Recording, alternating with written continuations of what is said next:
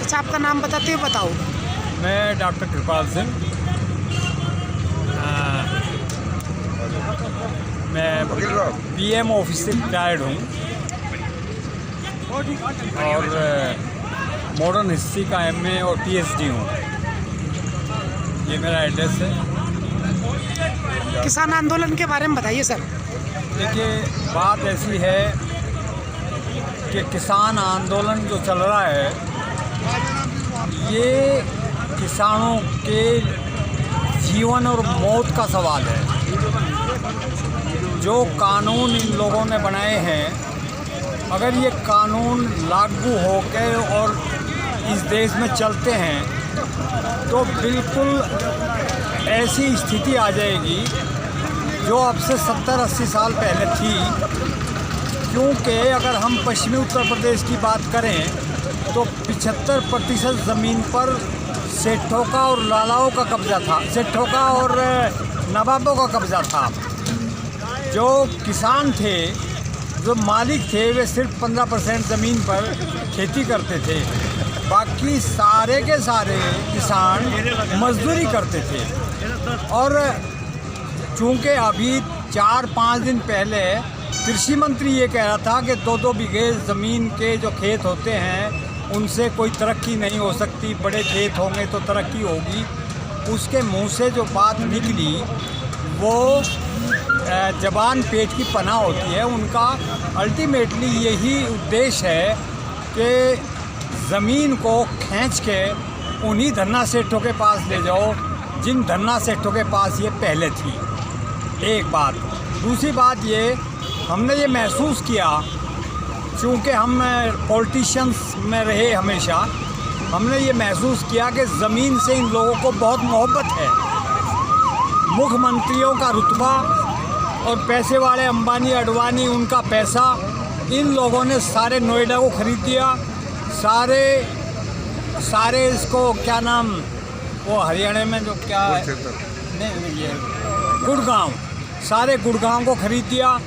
और ये एक ही बात कहते हैं कि ज़मीन ये इन दोनों क्षेत्रों का, गुड़गांव और ये नोएडा का बहुत विकास हो गया।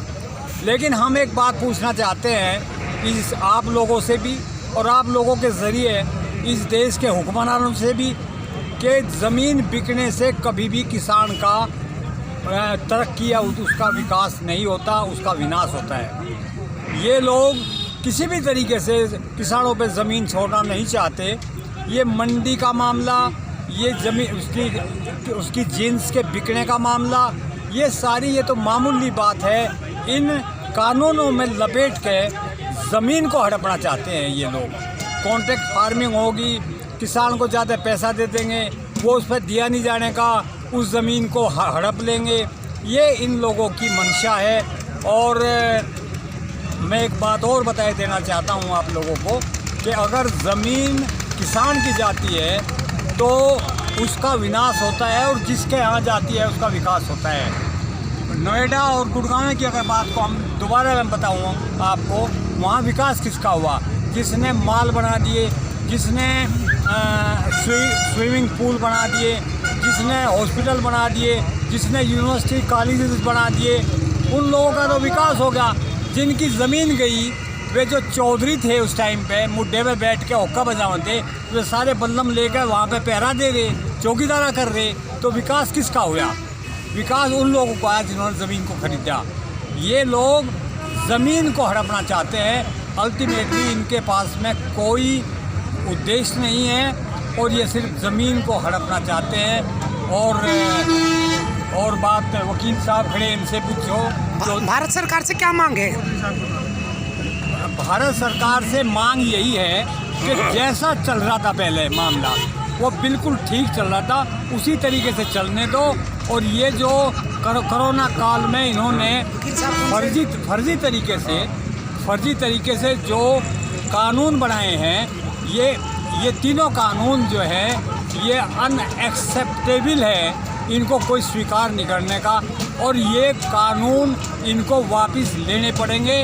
वरना अगर ये समझदार सरकार और समझदार प्रधानमंत्री होता तो ये पहले दिन ही इन कानूनों को वापस ले लेता। लेकिन हठ धर्मी है, राजधर्मी है, जो इसके लिए नुकसान की होगी। और मैं ये भी बता देना चाहता हूँ कि अगर ये सोच रहा हो अगर भाई ये थक के भाग जाएंगे ये लोग जो सिंधु बॉर्डर पे या टीकरी बॉर्डर पे जो लोग बैठे हैं, ये बात दिमाग में से निकाल दे।